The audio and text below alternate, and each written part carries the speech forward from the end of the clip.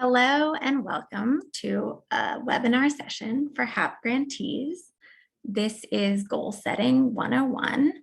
This session will cover some guidance around goal setting for your HAP-3 application and go over some key concepts you may want to consider as you set your outcome goals.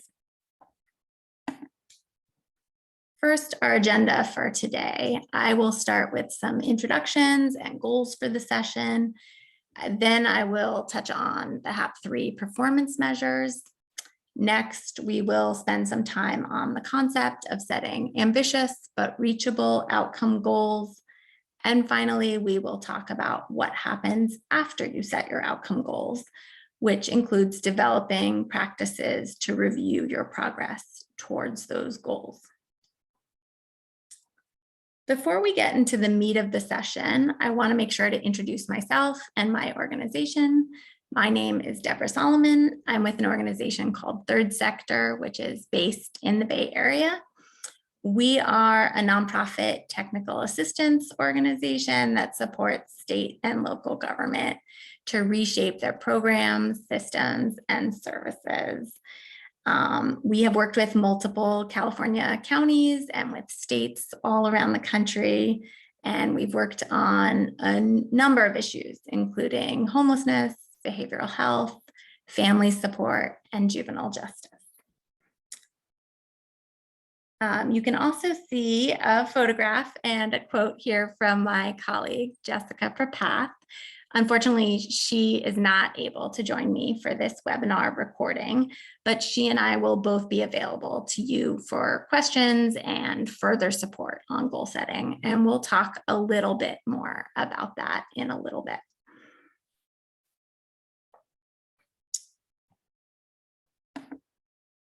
Moving on, we have three main goals for this session.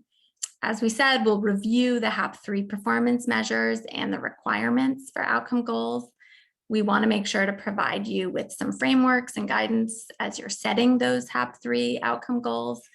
And again, we'll also discuss some ways you can create processes to continuously review progress on your HAP-3 performance measures and outcome goals. And just wanted to mention that after this session, we'll have 2 office hour sessions where you can ask questions or bring specific challenges that you may be puzzling through, and you will receive invitation via email for those sessions. Okay, next we are going to go into the HAP-3 performance measures a little bit. So what does HAP-3 require? We have linked here some information about the requirements, but the basics are as follows. When you apply for HAP-3, and you're probably aware that applications are due on June 30th, 2022, you will need to set outcome goals for a 3-year period. And that period goes from July 1st, 2021 to June 30th, 2024. And yes, it does start in 2021, even though the application is not due until June 30th, 2022. You should have received baseline data for your performance measures for your continuum of care, your COC, and you will be using that baseline data to set your goal. As grantees, if you achieve these goals, you will be eligible for bonus funds. That's some basic information. Also wanted to talk about the important requirement to present your outcome goals publicly. So you need to present a draft set of your outcome goals at a regular meeting of your governing body, and that has to happen prior to June 30th, 2022. It's important to be clear. The outcome goals that you present at that public meeting, they don't have to be the final goals that go into your application. They can be draft outcome goals. And in fact, in some ways, it's better that they be draft outcome goals. The goal of presenting your outcome goals at a public meeting is to engage community members and solicit feedback. So you want to make sure that they aren't the final goals, but are in fact the draft goals that you are considering. They may end up being the final goals, but you want to give yourself some time to make adjustments. Moving on, let's talk about those performance measures. As you can see on this slide, there are HAP performance measures 1 through 6. And in fact, there's 1A and 1B. You will be setting outcome goals for each of these measures. And for each of these measures, you also will be setting trackable data goals around focused populations that are either underserved or have historically been disproportionately impacted by homelessness. Now, for each of these goals, you should have received baseline data for your COC. And there have also been webinars from APT Associates, which is another technical assistance provider working with Cal ICH. So you should have received more information about the data and how each of these measures are calculated. If you have questions, I suggest that you look through some of the documents that have been tagged earlier in this slide deck on pages 6 and 7, slides 6 and 7. And you can also definitely contact Cal ICH for more information. We will have their email address a little bit later in this slide deck. Okay, moving on, we are going to talk about setting ambitious but reachable outcome goals. So what is an outcome goal and what do we mean when we say you need to set outcome goals for HAP-3? Setting an outcome goal means you are setting the expected achievement you hope to reach for each of those performance measures, 1 through 6, that were on the previous slide, as well as the data goals for populations that have been underserved or disproportionately impacted. And the reason you are required to set these outcome goals is really to create incentives for greater achievement, greater innovation, and really to better meet client needs. And then to have a mechanism to measure that progress. We also expect that many grantees will want to use these outcome goals and this process to guide investments, whether that's investments in staff time, staff energy, or other resources, and help you to make plans around your services.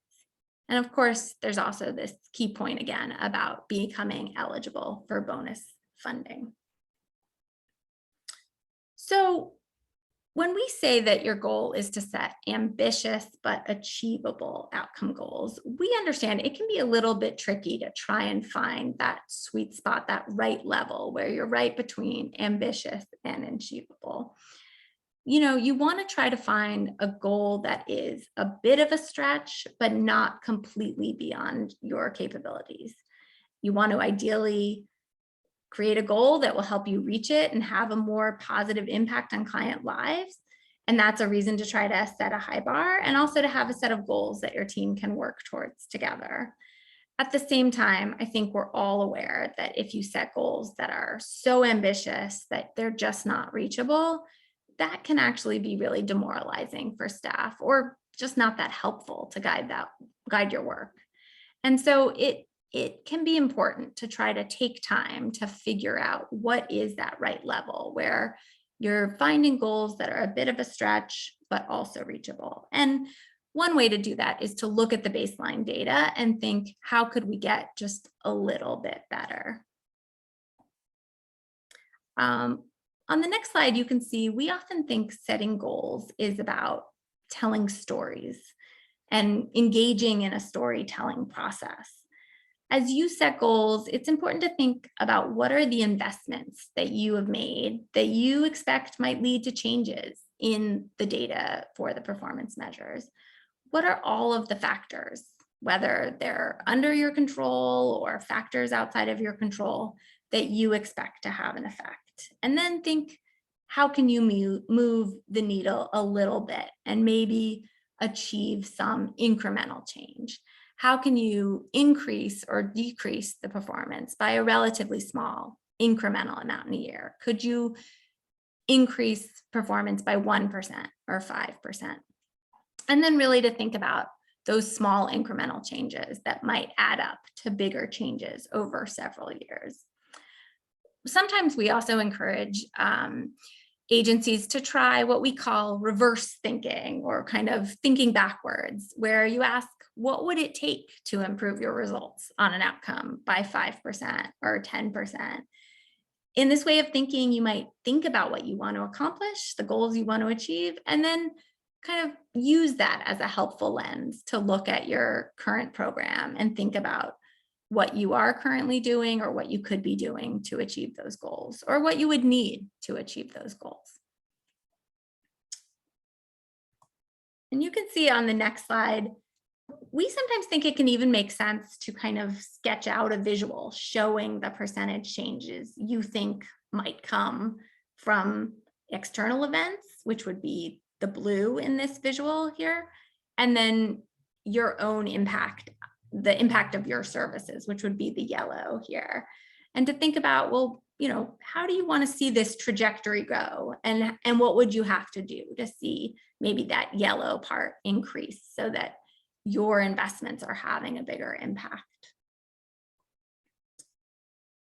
And then as you're setting goals, you would think about the combination of those external factors and then the impact of your efforts.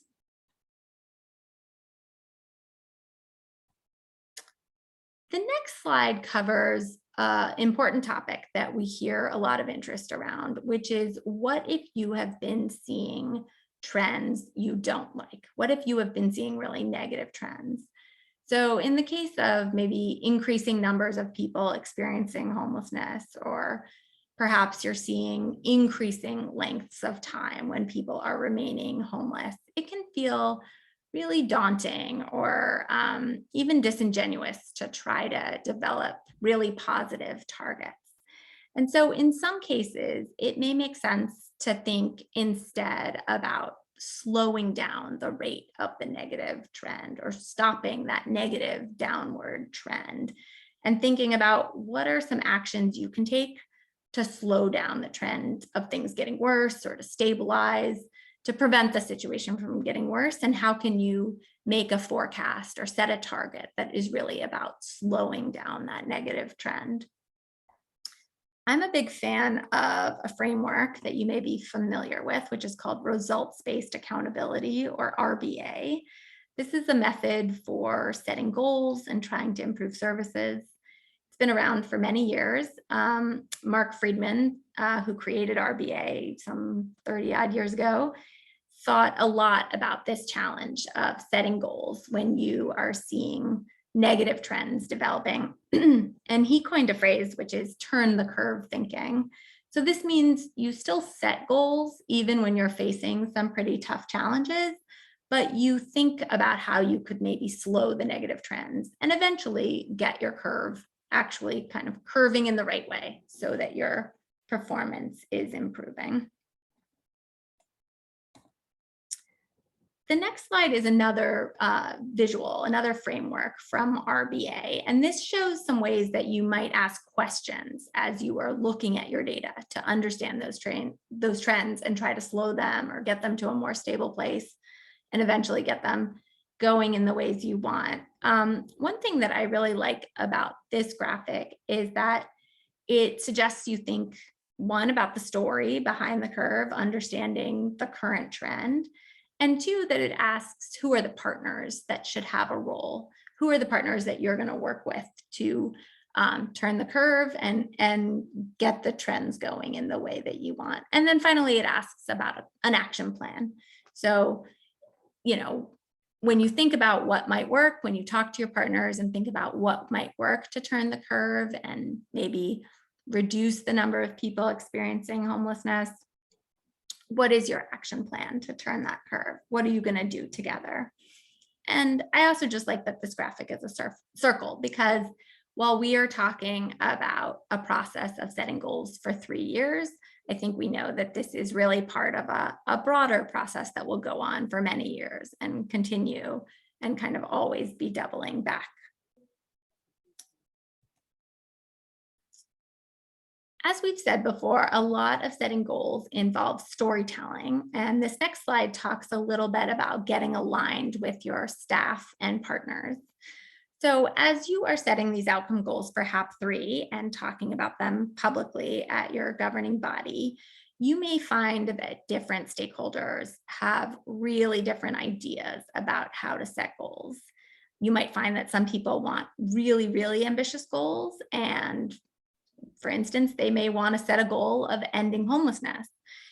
If you think that that goal is reachable in this 3-year time period, that's fantastic. You should go for it.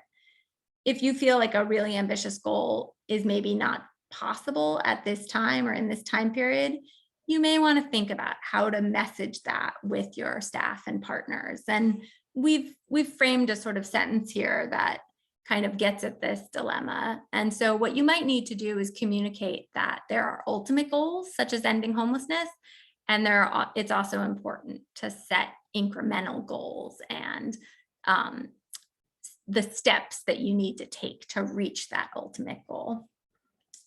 You may also find that you get a lot of people who are having trouble setting goals when there's so much uncertainty, particularly as we come out of the pandemic. And it can be really hard to predict what comes next in a time like this. Our position is that it's still really important to look at data and set goals.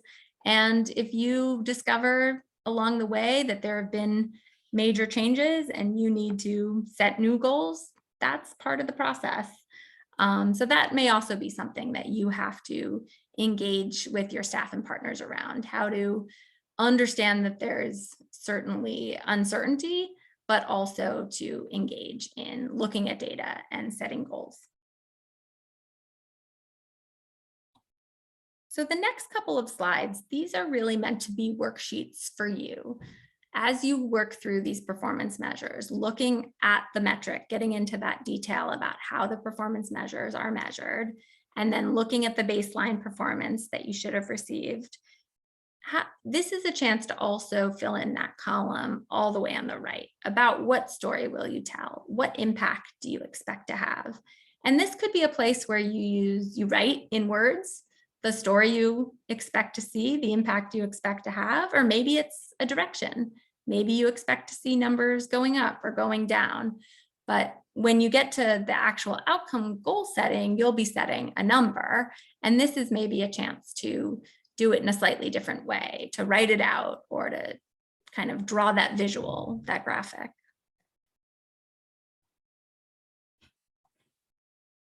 Finally, our last section is going to talk about something a little bit different, which is what happens after goal setting and making sure that you are developing or firming up the practices you might already have to look at goals and inform the practices so that you can continue improving your progress.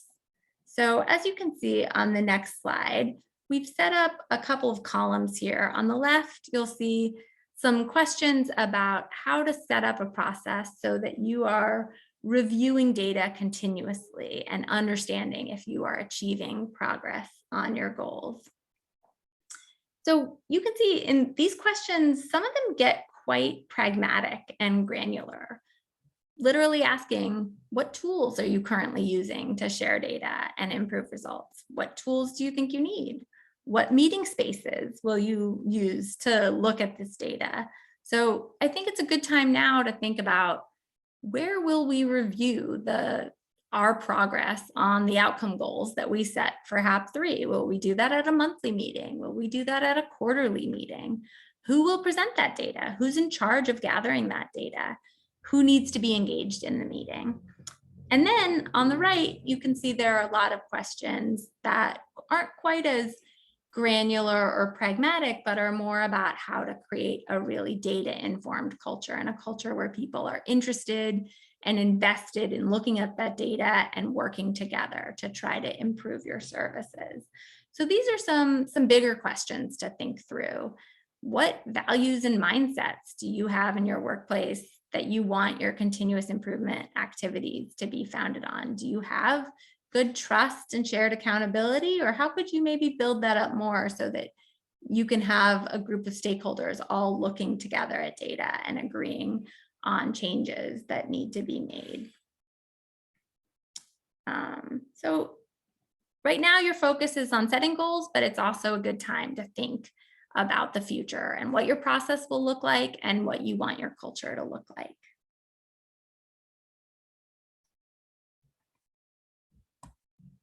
Okay, so a few more logistics. What happens after setting outcome goals? Well, first, you'll draft outcome goals, and prior to June 30th, you'll present those at public meeting to engage community members and solicit feedback. Then after June 30, they'll be finalized, they'll be submitted with your application for HAP-3 funding, and every quarter, Cal ICH will be providing you with reports and calculations, so you will know how you are performing on those outcome goals. And finally, if you have any questions, we really encourage you to join us for office hours. We have two set up. One is Thursday, May 12th. The other is Monday, May 16th. You will receive invitations via email. And if you have any questions about data or other questions, you can direct those to Cal ICH at the email that you find here, hap@bcsh.ca.gov. Thank you so much.